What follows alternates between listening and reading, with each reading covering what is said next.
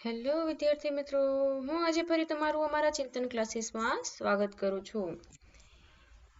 તો આજે આપણે લઈશું વિષય ગુજરાતી અને ધોરણ 7 અને ચેપ્ટર છે 21મું અને જેનું નામ છે મોતી માળા, જેનો પ્રકાર છે લઘુ કાવ્યો. મોતીમાળા લઘુ કાવ્યોમાં તમારે દુહા, ચોપાઈ, હાયકુ, છપ્પા આ બધું તમારે કવિતામાં આપેલું છે. તો એ કોના લખેલા છે? તો એ છે મરીઝ, ગની દહીંવાળા, શૂન્ય પાલનપુરી, અમૃત ઘાયલ, સ્નેહ રશ્મિ, મુરલી ઠાકુર અને શામળ. આ બધાના દુહા, ચોપાઈ, હાયકુ, છપ્પા, શેર, મુક્ત આ બધા આમાં લીધેલા છે. જેની સૌપ્રથમ શરૂઆત થાય છે વિકલ્પોથી. પહેલો વિકલ્પ છે કે એકવાર ગયેલું શું પરત આવતું નથી? તો કે અવસર. મિત્ર કેવો હોવો જોઈએ? તો કે ઢાલ જેવો. કવિ સાચી સમજ કોની પાસે માંગે છે? તો કે પરવરદિગાર પાસે. કવિને કોનો ભય નથી? તો કે કાળનો. ચારે બાજુ દિવાલ ચણીને માનવી શું ઝંખે છે? તો કે મુક્તિ. એક વચનના કારણે કોને વનવાસ મળ્યો? તો કે પાંડવોને.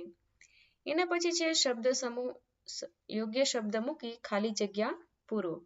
તો કે ગયેલી ખાલી જગ્યા ફરી મળે છે તો કે સંપત્તિ. અહીંયા કાઉન્સ આપેલા છે તે કાઉન્સમાંથી જે સાચો જવાબ હોય તે તમારે અહીંયા લખવાનો રહેશે. બીજી ખાલી જગ્યા છે કે લાંબા જોડે ટૂંકો જાય, મરે નહીં તો ખાલી જગ્યા થાય તો કે માંદો. દરેકે પોતાની ખાલી જગ્યા અનુસાર કામ કરવું જોઈએ તો કે શક્તિ. જિંદગીનો એક જ સાચી સાચ ખાલી જગ્યા છે ગની તો કે પડઘો. સહસા ન કરે કામ જે ખાલી જગ્યા સુરા તો કે સતવાદી. એક વચનને કાજ ખાલી જગ્યા પાતાળે પરવર્યો તો કે બલી. એના પછી છે આપેલા વિધાનો ખરા છે કે ખોટા તે સાચા કે ખોટાની નિશાની કરીને જણાવો. ગયેલા વહાણ ક્યારે પાછા ફરતા નથી તો કે ખોટું. વિપત્તિના સમયે પારકું ધન કામમાં ન આવે તો કે સાચું. જિંદાદિલીથી જીવતી વ્યક્તિને મોત પણ મારી શકતી નથી તો કે સાચું. વહેરાતા થડ પર પંખીઓ રોકકળ કરે છે તો કે ખોટું.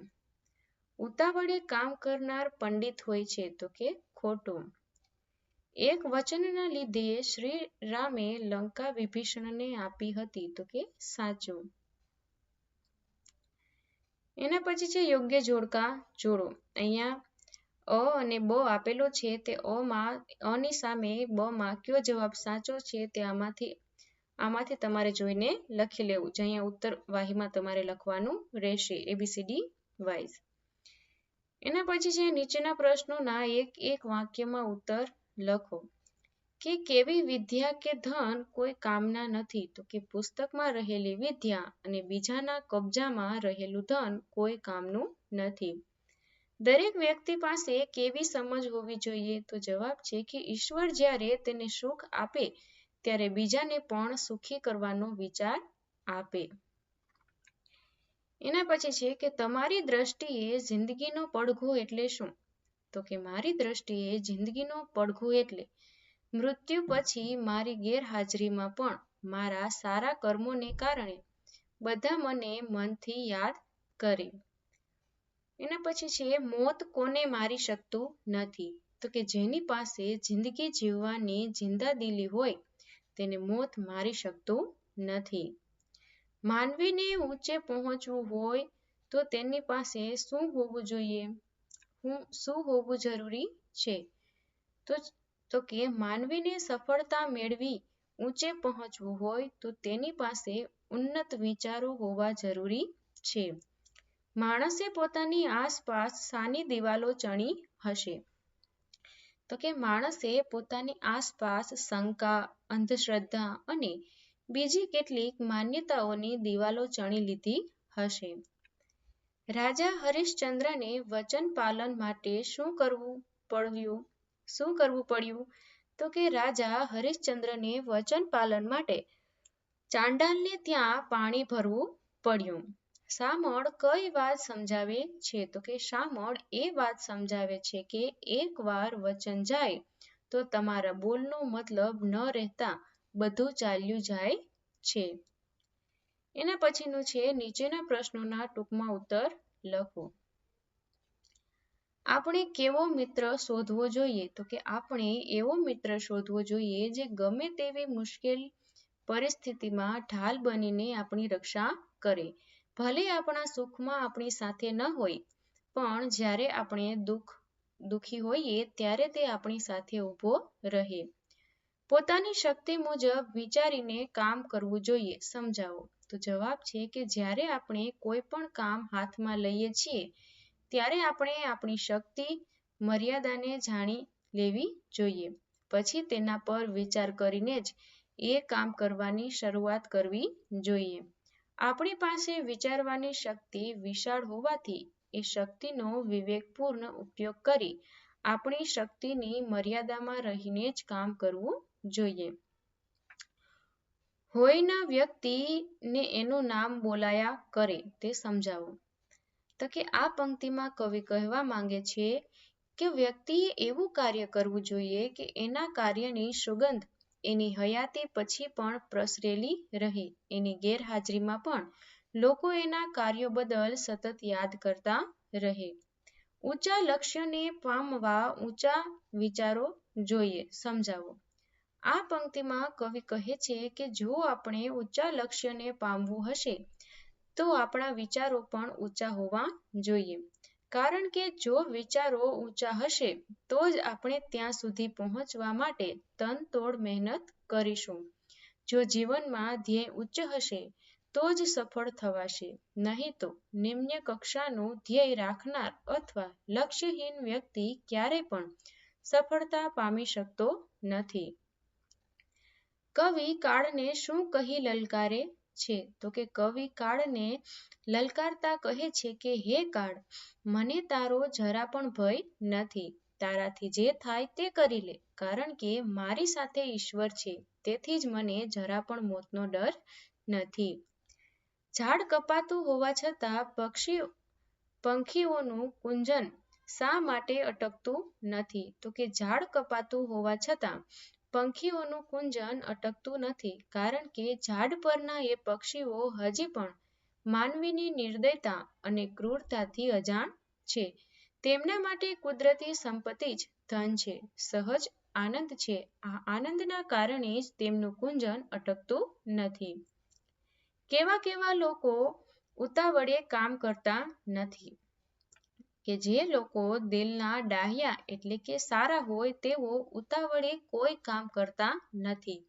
જે લોકો કોઈની વાતોમાં ન આવી જતા હોય, જે વિદ્વાન અને સત્યવાદી હોય, શૂરવીર હોય, યશસ્વી હોય તેવા લોકો ઉતાવળે કામ કરતા નથી. એકદમ ઉતાવળે કાર્ય કરે તે પંડિત નથી. તે સમજાવો. તો કે જે વ્યક્તિ ઉતાવળે કામ કરે છે તે પંડિત એટલે કે સમજદાર નથી. કારણ કે ઉતાવળે કામ કરવાથી ઘણીવાર પરિસ્થિતિ બગડી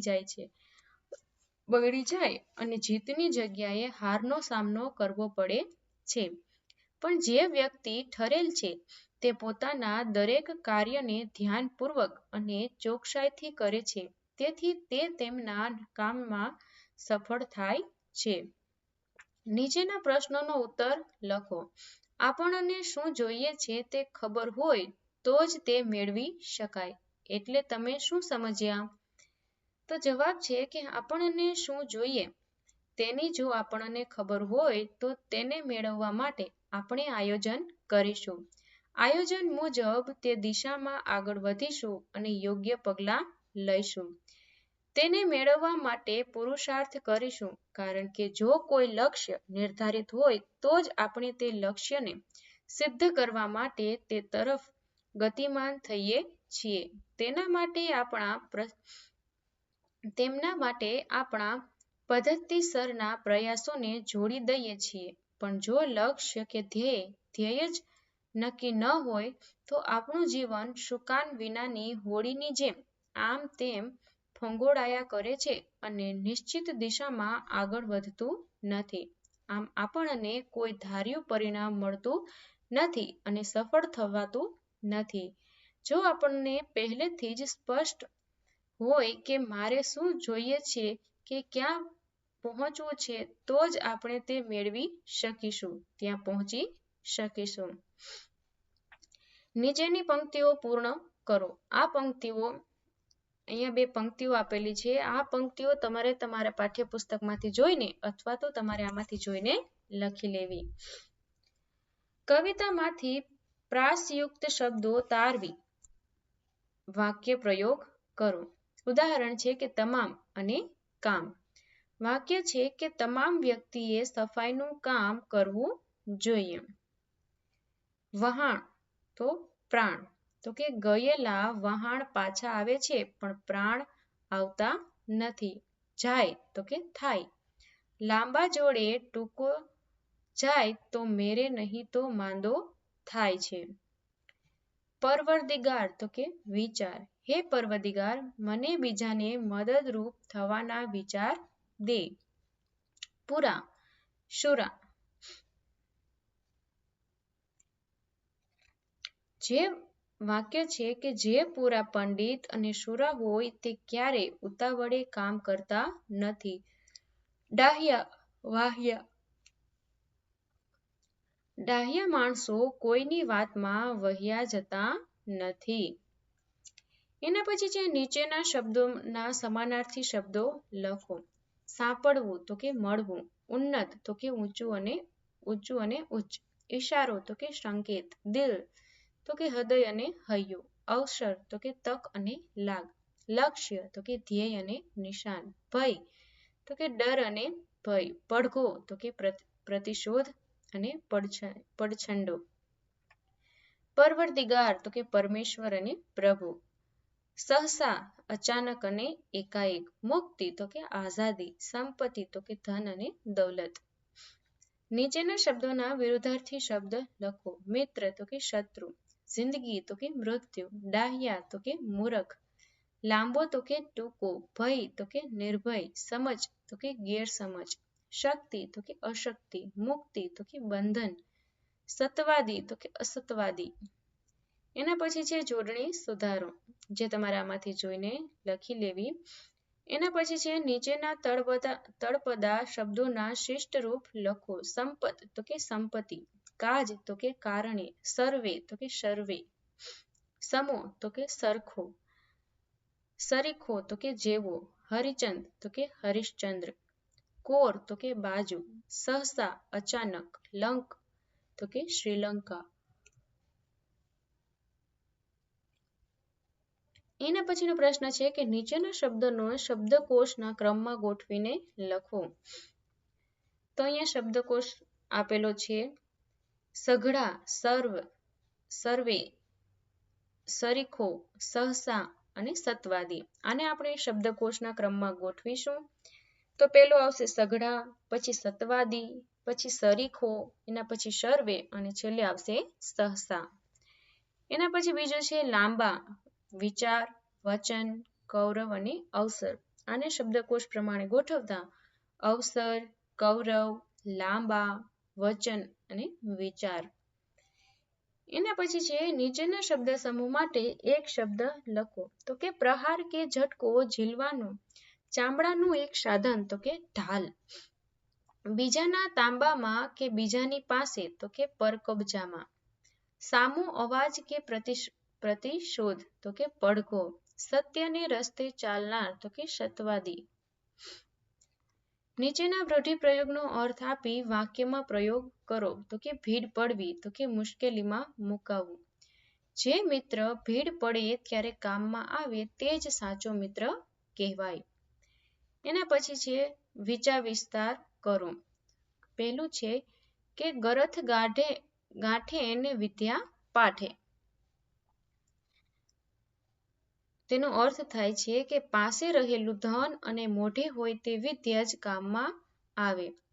પ્રસ્તુત પંક્તિમાં કવિ સમજાવવા માંગે છે કે આપણી પાસે રહેલું ધન અને મોઢે આવતી વિદ્યા જ મુશ્કેલી પરિસ્થિતિમાં ઉપયોગી બને છે. આપણા રોજિંદા જીવનમાં જીવન જરૂરિયાતની વસ્તુ લાવવા માટે પૈસાની જરૂર પડે છે, પણ આ પૈસા આપણા હોવા છતાં જો બીજાની પાસે હોય તો જ્યારે આપણને એની જરૂર પડે ત્યારે તત્કાળ એ કામે લાગતા નથી. આમ પૈસા હોવા છતાં આપણે મુશ્કેલી વેઠવી પડે છે. એ જ રીતે વિદ્યા એ આપણા જીવનનું અવશ્ય અંગ છે. વિદ્યા કે જ્ઞાન વિના માણસ પશુ જેવો ગણાય. આપણી પાસે રહેલું જ્ઞાન જો આપણે વ્યવહારમાં કે આચરણમાં ન મૂકીએ તો એ જ્ઞાન નકામું કહેવાય. વિદ્યાર્થીએ મેળવેલું જ્ઞાન જો એ વ્યવહારમાં મૂકે તો તે પરદર્શક બને છે. પ્રાયોગિક રીતે કરેલી વિદ્યા લાંબા સમય સુધી યાદ રહે છે અને જ્યારે મુશ્કેલી આવે તો તેમાંથી માર્ગ શોધી શકાય છે. બીજું છે વિચાર વિસ્તાર કે નિશાન ચૂક માફ નહીં માફ નીચું નિશાન. આ કહેવતમાં કવિ કહે છે કે જીવનમાં નિશાન એટલે કે લક્ષ્ય તો હંમેશા ઊંચું જ રાખવું જોઈએ. તેને પૂરું કરવા કરેલા પુરુષાર્થ ક્યારેય નિષ્ફળ જતા નથી અને જો કદાચ નિષ્ફળતા મળે તો તેમાંથી કંઈક શીખવા તો મળે જ છે. લક્ષ્ય તો સદા ઊંચું જ રાખવું જોઈએ જેથી આપણે ત્યાં સુધી પહોંચવા માટે સખત પરિશ્રમ કરીએ. સખત પરિશ્રમ કર્યા પછી પણ જો આપણને નિષ્ફળતા મળે છે તો તે માફીને યોગ્ય છે, પરંતુ જે લોકો પોતાના લક્ષ્યને નીચું રાખીને અથવા તો ધ્યેયહીન જીવન જીવે છે તે માફીને યોગ્ય નથી. આવા લોકો જીવનમાં ક્યારેય સફળ થતા નથી. ઉચ્ચ વિચાર અને ઉદ્દેશ્ય ધરાવતી વ્યક્તિ ઉચ્ચ સ્થાન પ્રાપ્ત કરી શકે છે. જો એ સંજોગવશ નિષ્ફળ જાય તો પણ ખાલી હાથે ફરતી નથી અને એ નિષ્ફળતામાંથી કંઈક ને કંઈક શીખવા મળે છે, અનુભવ મળે છે, જેના થકી તે ફરીથી પ્રયત્ન કરીને સફળતા સુધી પહોંચી શકે છે. મહાપુરુષોના જીવન જોશો તો તમને જણાશે કે તેમણે લક્ષ્ય ઊંચું બાંધ્યું અને ત્યાં સુધી પહોંચવા તેમણે સખત પુરુષાર્થ કર્યો.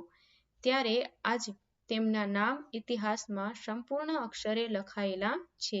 વિદ્યાર્થીઓએ પણ ઉચ્ચ આદર્શો, ઉન્નત વિચારો, ઊંચું લક્ષ્ય રાખવું જોઈએ. નીચું અને સરળ લક્ષ્ય રાખીને સફળ થનાર વ્યક્તિનું કોઈ ખાસ મહત્વ હોતું નથી.